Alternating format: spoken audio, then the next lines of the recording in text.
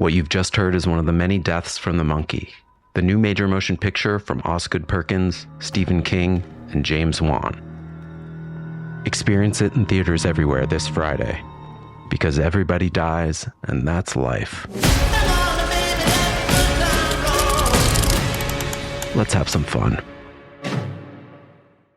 At T-Mobile, our critical mission is providing unparalleled 5G coverage for when connectivity is mission critical.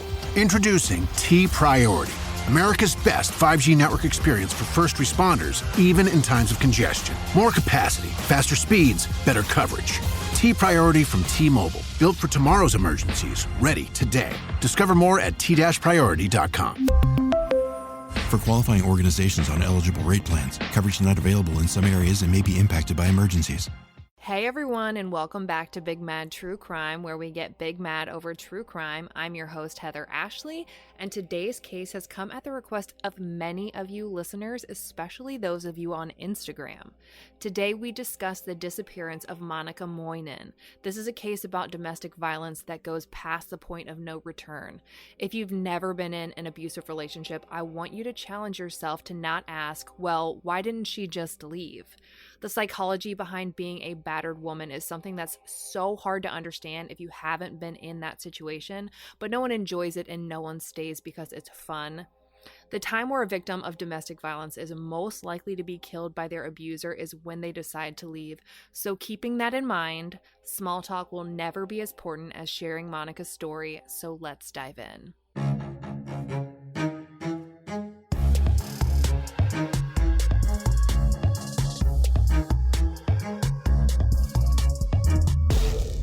Monica Moynan, who was lovingly known as Moni, was the kind of girl that everyone loved. She could identify with anyone. She was an old soul and was indiscriminately empathetic. She was the kind of person you could talk to about anything and she would feel your feelings right along with you. And when you met her, you felt like you had known her all of your life. Moni was all of those kind and sweet things, but rest assured, she was also sassy and quick-witted. She'd always been an independent thinker, had strong opinions, and stood up for what she thought was right.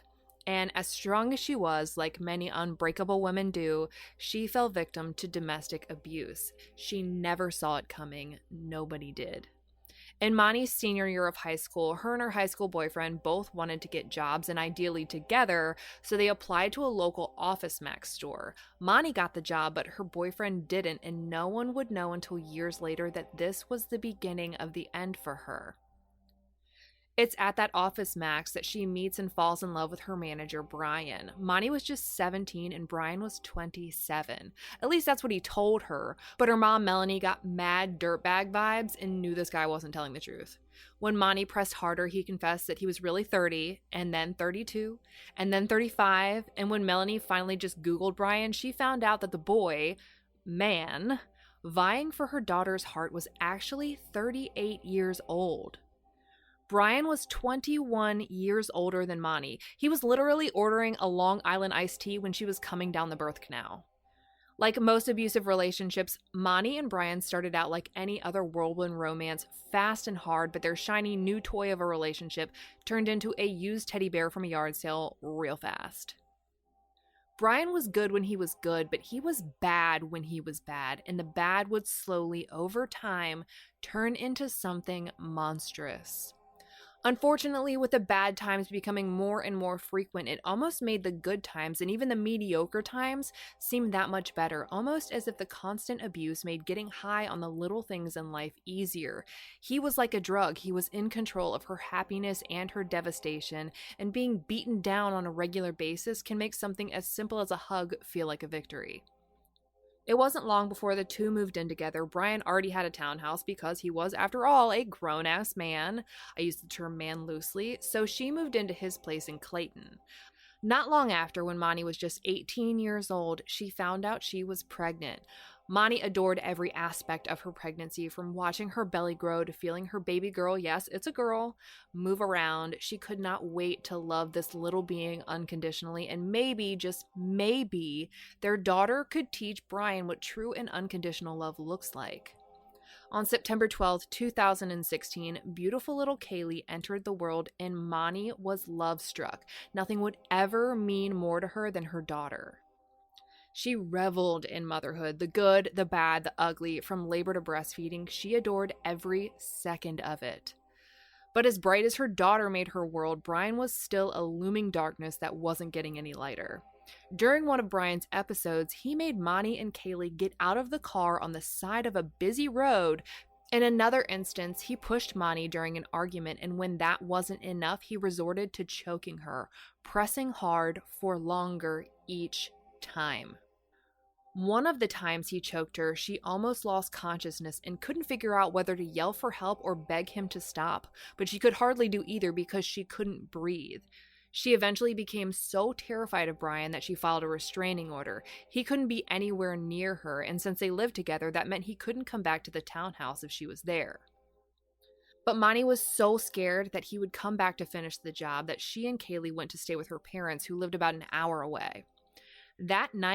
That exact night, Monty's parents' house was egged. That is one hell of a coincidence and a long-ass drive to waste some eggs, if Brian did it. She stayed with her parents for a couple of months before she felt safe enough to live on her own. Finally feeling like she could exhale, Monty went out and got her first apartment, a cute little townhome in Holly Springs that she could call her own. It was a safe haven where her and her daughter could start over. Brian would come and see Kaylee somewhat regularly, but then he'd go months without seeing her, and then he'd show up on a regular basis again. He was an all-or-nothing kind of guy, and nothing was his regular setting. But Monty wanted to do anything that she could to provide her daughter with a family, so she never denied Brian access to his daughter. Sure, he's been abusive to her, but never to Kaylee, so she allowed it. But Brian took advantage of her generosity and optimism. He saw her kindness as weakness, and he used it to evade his responsibilities as a father when he wanted to, and a way to weasel himself back into Monty's life when he was lonely, and it worked. He always found a way back. In June of 2017, Monty wrote this blog entry about her relationship with Brian. It's long, but it's important. All of it is important. It gives you an insight into their relationship that only Monty can give, and I don't think that anyone can tell you the horrors of their relationship better than she can, so here it goes. Evil, you have entered my life and fed me nothing but lies from the start. So secretive and so manipulative, you portrayed yourself as something great, someone who loved and cared and was funny. The mask you wore was quite convincing, but it didn't take long for you to show your true colors and what dark colors those were. I was naive to not see you clearly at first. I thought I was going to have a family, a marriage, a baby. I'm a real person with real feelings, real connections, real compassion, and real love. Something you wouldn't understand. I have no idea where things took a wrong turn in your life, but you fucked up when you thought you could steer mine in that same direction. You've taken me through a tornado of hell, but I am thankful. You taught me about the evil that exists in the world, the dirty snakes who play mind games, cheat, steal, abuse, and lie. You proposed to me on December 29th, 2015. We found out I was pregnant on January 9th. A blessing was about to enter my life, but so was a lot of heartache. The lies became more and more, and so the arguments became more frequent and more aggressive. Some were white lies, some not so much. I pushed through and hoped for the best because although the lows were low, the highs were so high. I felt like you understood me. I could be myself and I was loved for just that. But maybe that was all just a fun game for you. After the baby was born, things got worse. I wasn't going to let you bully me around. I dug deep to find out your secrets and watched you shake in panic. The closer I got, the angrier you became. Always hiding your phone, always lying about money, always hiding who you really were. When you started avoiding sex with me, it hurt. When I found porn on your phone while you were avoiding sex with me, it hurt even more. I felt like a piece of shit, ugly, worthless, sad, and lost. You soon turned into an angry and mean man, resorting to violence when caught in lies and unsure of your next move. I'll always remember the night of our anniversary, the first night you laid your hands on me. I fled to my mom's that night, crying more tears than I knew I could. Our relationship was rocky and messy and carried no exact title after that. I'm not going to call myself stupid for trying again with you because I wasn't stupid, I was in love, but I should have listened when you said it would happen again, and again, and again. I found out so many things about you, like how you were still married to your ex-wife all along. Yes, this motherfucker was married while he was living with, proposing to, and building a family with Monty, but let's continue. And what a bitch she was, your little fucking partner in crime. This statement will seem eerily ominous in a few minutes. Helping you harass me on social media, showing up by your side at all of our court dates, and at our apartment to help you pack your shit. I'll never forget the message she left me once where she said, "I usually do what he tells me to do." It made me sad. You've always been the shittiest father to your kids, Evil. You never truly love them because you're incapable of such a genuine and vulnerable emotion. You see your boys once in a blue moon.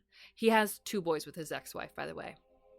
Choosing anyone and everyone over them. You haven't seen your daughter in a month and you've gone 2 before. And let me make this statement right now. You will never get the chance to see her again because believe me, I tried. Even if you degraded and abused me, I still wanted you to have a relationship with your baby girl. I tried too hard. You never sought time with her to simply have time with her. You came to see her when it meant seeing me and getting another chance to manipulate me.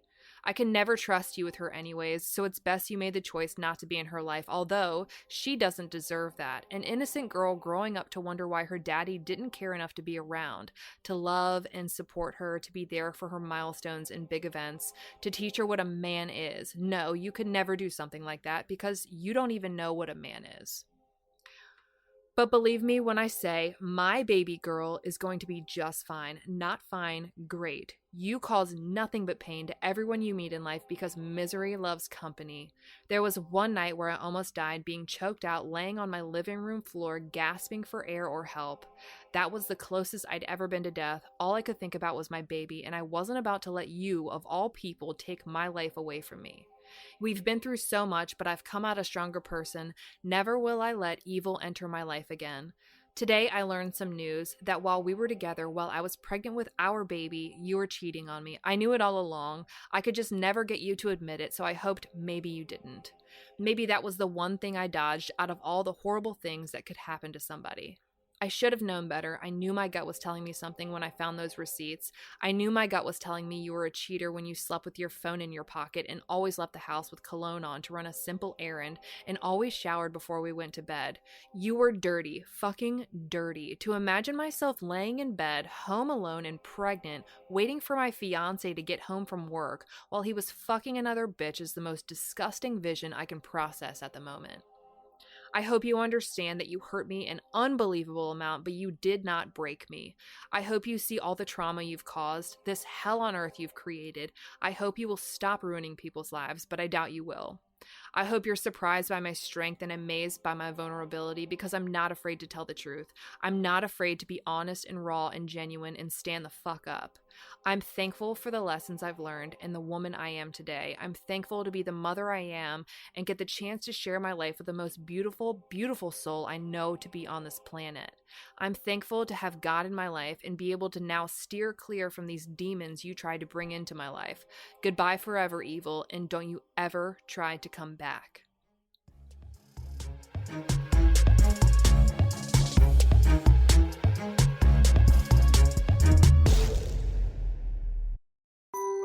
This episode is brought to you by Global X. Since 2008, Global X ETFs has been committed to empowering investors with unexplored, intelligent solutions. Global X specializes in exchange-traded funds that offer exposure to the artificial intelligence ecosystem, including themes like data centers, robotics, semiconductors, and cloud computing. To learn more about Global X's entire suite of ETFs, from covered calls, fixed income, emerging markets, and more, visit globalxetfs.com.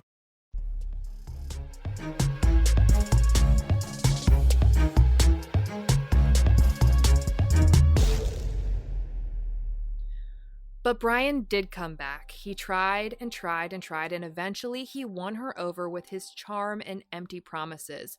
He took advantage of the hope she had that he would become the man she thought he was. There's a quote from the book Eat, Pray, Love by Elizabeth Gilbert that I think every woman should hear, and more than hear it, I think they should feel it. I've always fallen in love fast and without measuring risk. I have a tendency to not only see the best in everyone, but to assume that everyone is emotionally capable of reaching his highest potential. I've fallen in love with the highest potential of a man rather than the man himself, and I've hung on to the relationship for a long time, sometimes far too long, waiting for the man to ascend to his own greatness. Many times in romance, I have been a victim of my own optimism. Tell me you didn't just feel that in the bottom of your soul. Google it, print it out, tattoo it on your face, tape it to your mirror, and remember it for the rest of your life. Monty knew the good in Brian. She knew who he was capable of being. So time and time again, she gave him another chance, hoping that this time it wouldn't just be a mask that would be taken off. The two never lived together again after the restraining order, and they never had an official title, but they did see one another from time to time, Brian usually using Kaylee as an excuse to see her mom. And in a fluke, towards the end of 2017, Monty found out she was pregnant again, expecting another daughter with Brian. Instead of being excited like she was the first time, this time she was sad, but more than sad, she was scared. However, she insisted to her worried family that every baby is a blessing, and they should just focus on being happy about the new life that would be joining them in the next few months. Brian, on the other hand, was fucking elated. To him, this was a win. Monty couldn't possibly go anywhere now. She was carrying his baby after all. As she did before, she made the decision to blissfully enjoy her pregnancy, rubbing her belly, talking to her soon-to-be second daughter, and loved getting Kaylee amped up to be a big sister. In August of 2018, baby Nova came into this world and took Monty's breath away. All the infinite love she thought she had for her first daughter doubled when there were two.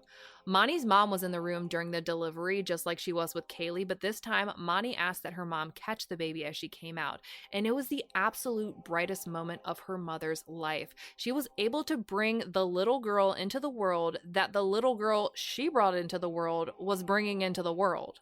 Their wholehearted, soul-reaching mother-daughter bond came full circle that day, and it's something the two would never forget. Brian was also in the room, but was awkward as fuck. He was acting like he was expecting his first. He was nervous and unhelpful, not being particularly supportive of the labor that Monty was going through, and it seemed like he wanted Monty's parents to treat him like he was some new young first-time parent when he had more kids than they did, and he was around their age. It was right after the birth of Nova that Monty really put in her best effort to make her, Brian, Kaylee, and Nova a true family. She was more patient with Brian than ever. She let things slide. She gave him the opportunity to be a good father and to be faithful to her. But within a few months, towards the end of 2018, Monty accepted that this was just never going to happen. It wasn't going to work out. Brian wasn't the man she wished he was, and she was never going to turn him into something that he wasn't. She let him go, and he was not ready. No one makes decisions for Brian. That's not how Brian works. If Monty wanted him to stay away, that's the exact opposite of what he was going to do. Soon, Brian began to stalk Monty. He would park his car across the street from her apartment and just watch. He would drive by multiple times a day. He was seen wandering in the freaking woods behind her apartment. Seriously, what normal-ass person just chills out in the woods? No offense to the camping community. Brian even allegedly slashed the tires of a male friend of Monty's who was in town visiting another friend of hers in the same complex. I repeat, he was just a friend of Monty's, not that that even matters. Monty's co-workers say they saw her come to work on multiple occasions with bruises on her body. They even say Brian's shown up before only to drag Monty out by her hair. One time, Monty told a co-worker, "When something happens to me, I don't know what will happen to my kids." She said when, not if. Come 2019, Monty was trying to get some sort of normalcy back into her and the girls' lives. They started having regularly scheduled dinners out with Monty's parents. Brian would occasionally invite himself along, and he was either one of two people. Brian number one, who sat there silently and just stared at whoever was talking, and Brian number two, who tried to act like he was Monty's equal, like he was her age, like he was a fucking normal person. But he wasn't fucking normal. He wasn't her age. He was 40. 40! And this cheap-ass, middle-aged asshole always allowed Monty's parents the honor of taking the bill. Of course, such chivalry. Family events like holidays and reunions were a solid break for Monty. She got to spend time with her mom and bonus dad, who has really been an amazing father to her, and her sister, who she was especially close with, and she got to enjoy this without Brian looming over her. Kaylee and Nova got to enjoy being freely spoiled by their grandparents and aunt, and it was the kind of freedom that she had always been seeking. But in March of 2019, Monty's transmission took a massive shit on top of the already raging flames of a dumpster fire that she was trying to put out with Brian. But without a car, she was now once again dependent on this shit stain for transportation, which again gave him yet another opportunity to assert total control over her. But praise Jesus for Monty's parents because they came to the rescue with a new car, and once and for all, she had no debt to Brian. She owed him nothing. She needed nothing from him. He was just some guy that she shared children with. This is when Monty really started getting her bearings and taking control of her life. For the first time in a long time, she felt like herself. She felt empowered. She started a small business making natural elderberry syrup and gummies, which she sold online and around town. She had amazing reviews, and that shit was booming. She even signed up for classes to follow her dreams of becoming a doula, but she would never attend a single one.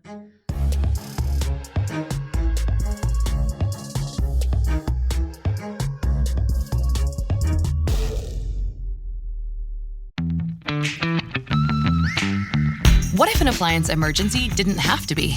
If your appliances suddenly decided they were done, don't stress. Best Buy has you covered with a wide variety of major appliances from trusted brands, in stock and available now. So you don't have to worry about laundry piling up, refilling the fridge, or that big dinner party you're hosting. Because Best Buy has the knowledge and expertise to get you the right appliance for your home. Learn more at bestbuy.com. Best Buy. Imagine that.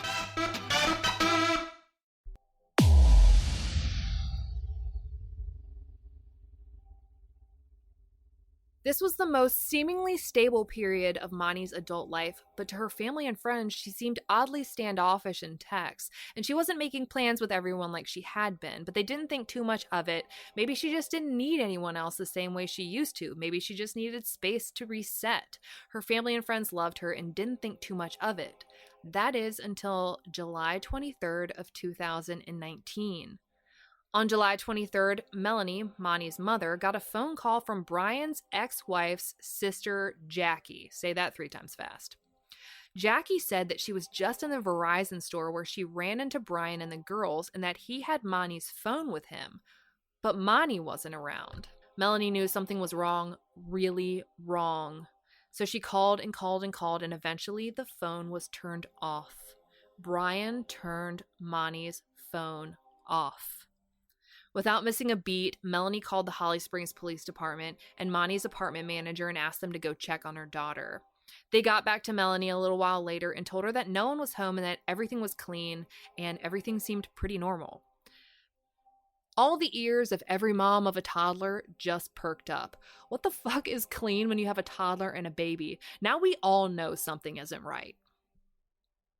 Without a second thought, Melanie and her husband hopped in the car and took the hour drive to Monty's apartment. The manager wouldn't let her parents in without her, which was literally the entire problem. But luckily, HSPD showed up and took the pair to the police station and listened to the serious concerns they had about their daughter.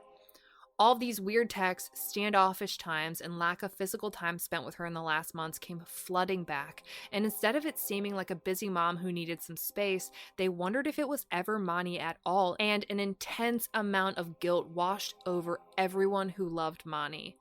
Everyone has beaten themselves up over and over for not knowing sooner, but there's nothing they could have done. Brian has done next to nothing his entire life, but pretending to be Monty, that was his passion project. Brian knew her, like she said he did in her blog post from 2017, but he used that to be her. Brian put more effort into pretending to be Monty than he's ever put into anything else in his entire life. For hours, the police took notes, asked questions, and eventually put out a missing persons report for Monica Moynan. On the same day, police print up flyers with Brian's face on them and tape them to the doors of every apartment in Monica's complex, directing residents to call the police if they see him. They go door to door asking neighbors about the last time anyone had physically seen Monty, and everyone said the same thing, that they hadn't seen her in months. Brian had been living there with the girls, but when anyone would go over to see Monty, he would either tell them that she was sick, sleeping, or in the shower. But she wasn't. After talking to friends, family, and neighbors, it's decided that the last time anyone physically saw Monty was during a night out on April 6th into the early morning hours of the 7th. Brian was at Monty's house watching the girls that night while she went out with some friends, which I'm sure he was less than thrilled about. Once Monty pulled up to the apartment, Brian texted her just a few minutes later asking, "Where the fuck are you?" which she replied with, "I'm right outside smoking a cig."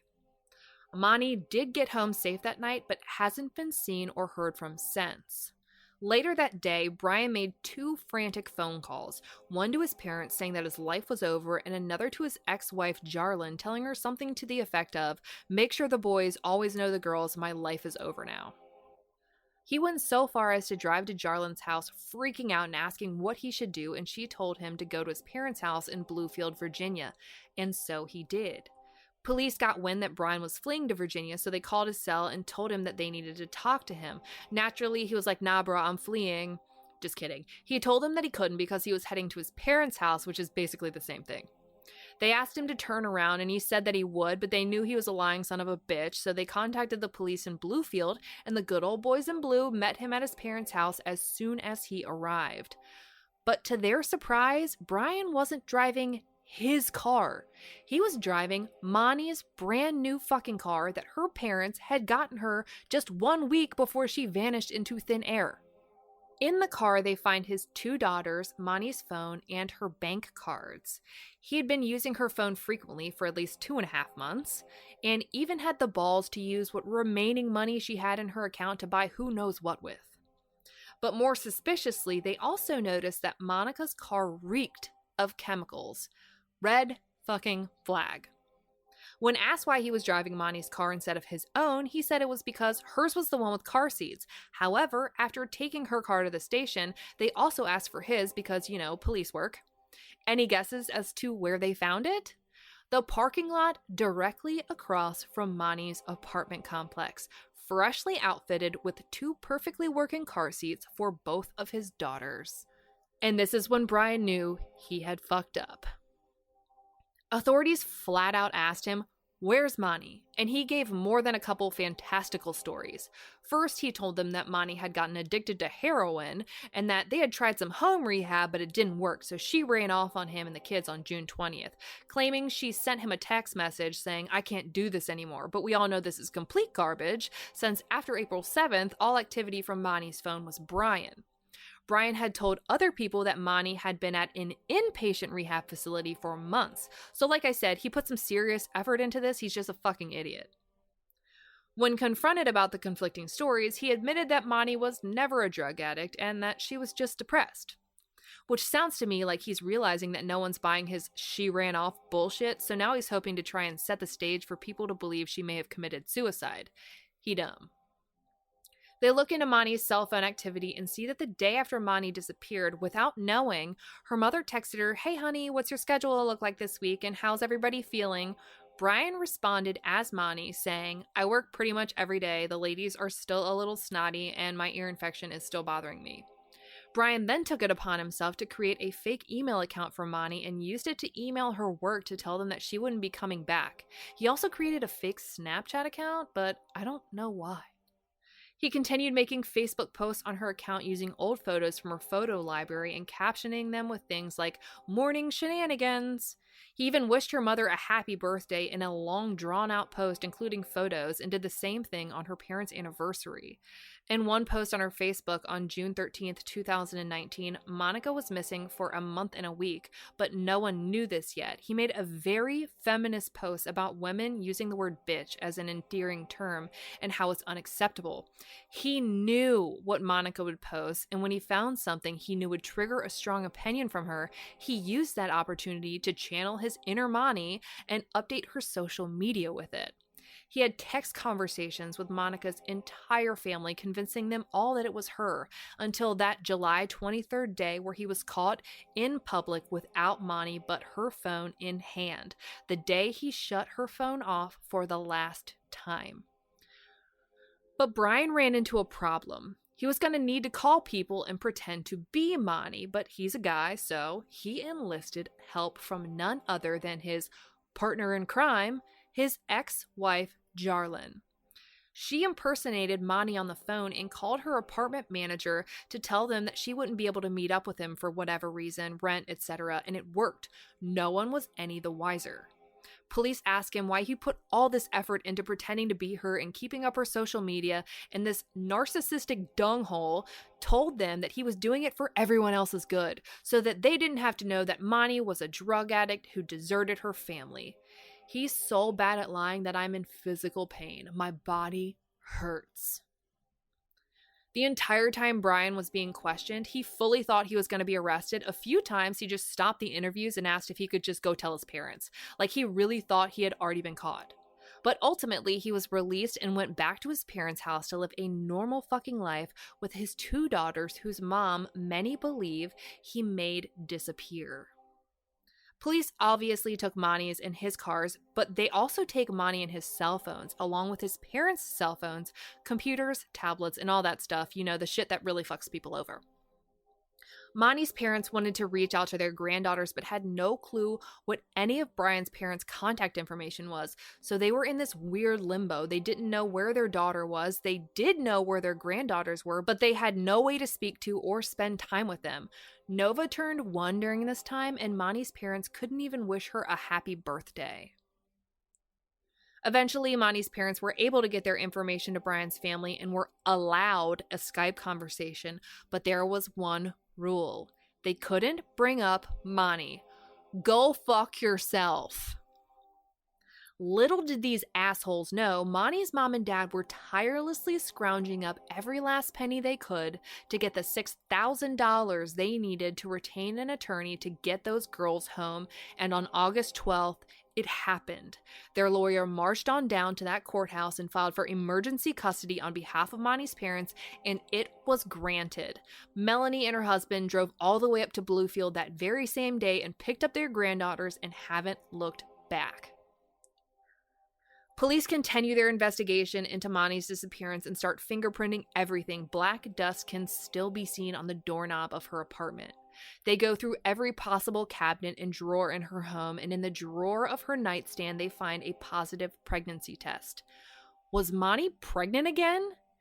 It turns out that she had in fact confided in one friend that she was indeed pregnant, and she'd been asking her mom for photos of her insurance information. Monty scheduled an OB appointment at a local women's health clinic scheduled for April, but she never made it. Investigators took several items from Monty's apartment, including a knife in a leather sheath, a journal, letters, her life insurance policy, 2 bottles of bleach. What single mom of a toddler and an infant has 2 bottles of bleach lying around? A mop and tiles from her kitchen floor. When they removed the tiles, they found a large stain that looked like it was blood that flowed so heavily that it seeped through the cracks of the kitchen tiles and soaked into the subfloor. When tested, the blood on the kitchen floor came back a perfect match to Monica Moynan. Monty's mom was allowed back in the apartment once after it was torn apart by crime scene investigators, and what she told me tore me apart. I wanted to share what she said with you so that you can experience how devastating this entire thing has been for her family. It was a horrible experience. It was completely torn apart by police, understandably, but still. Pipes torn out, kitchen tiles gone, etc., etc. Everything was literally everywhere, and everything was covered in luminol. I broke down pretty bad. I said goodbye to my baby that day as I bent down, removed the tarp, and kissed the bloodstains on the kitchen floor. I'd be lying if I said I didn't break down in tears when she told me this. I don't generally get emotional when I'm researching cases, but this one's different. Maybe it's because I see so much of myself in Monty. Maybe it's because I've gotten to know the people who loved her with every inch of their being. But the pain therein is almost palpable, like you could hold it in your hands. Monty's father posted this story about a beautifully tragic moment they had one night after tucking Kaylee into bed, and I think it needs to be shared. Last night, after we tucked the girls in and said our prayers with Kaylee, we could hear her in the bedroom crying. So Mel went in to check on her. I was curious as well, so I listened outside the door. I'm sorry. Mel asked her, "What's wrong, honey?" "I miss Mommy," Kaylee said. "I know, sweetie. I'm so sorry. It's so hard. It's okay to miss Mommy. I miss Mommy too." Kaylee asked, "Did you take care of Mommy when she was a baby and little?" Yes, I did, Bug. I tried to take good care of Mommy. The tears in all of our eyes now begin to flow.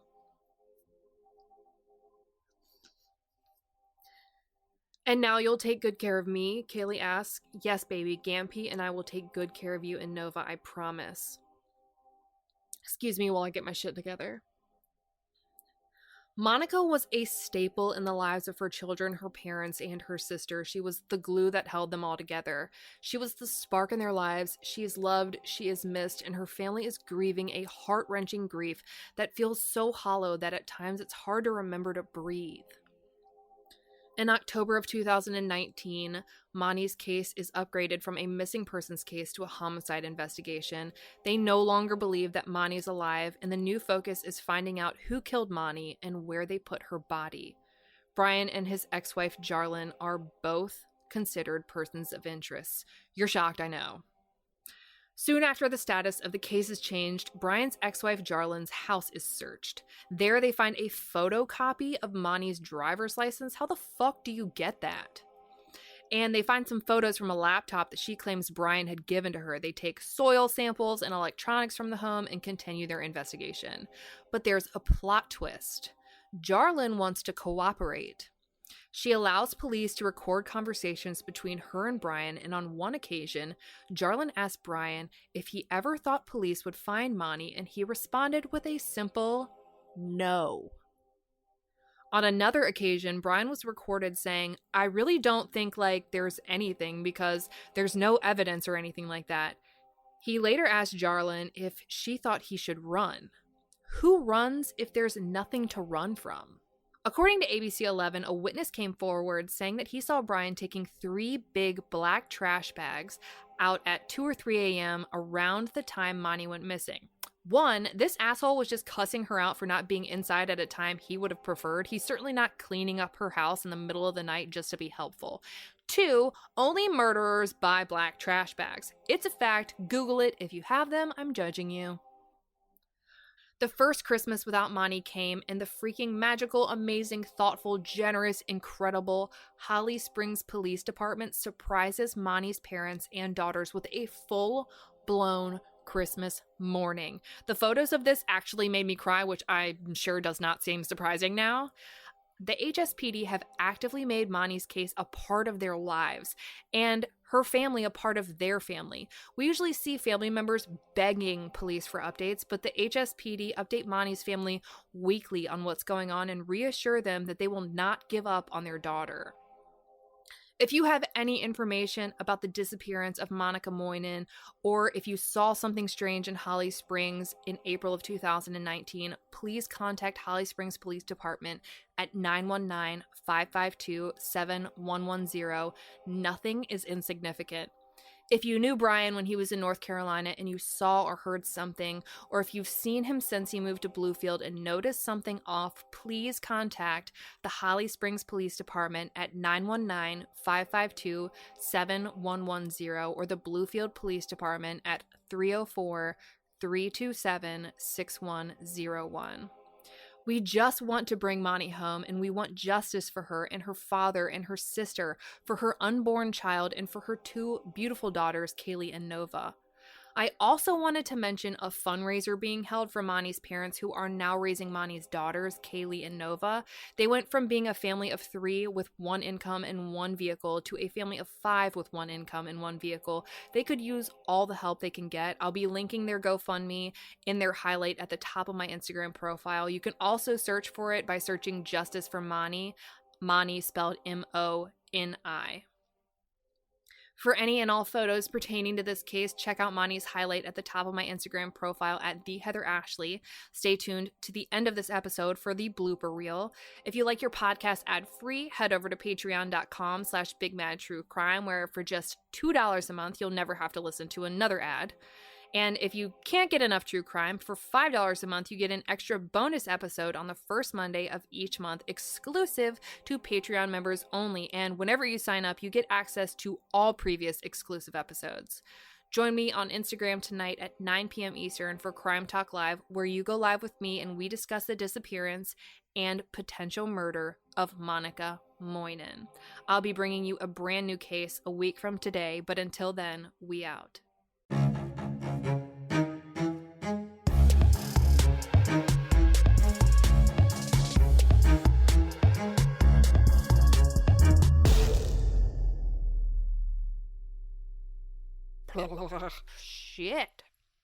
Shit.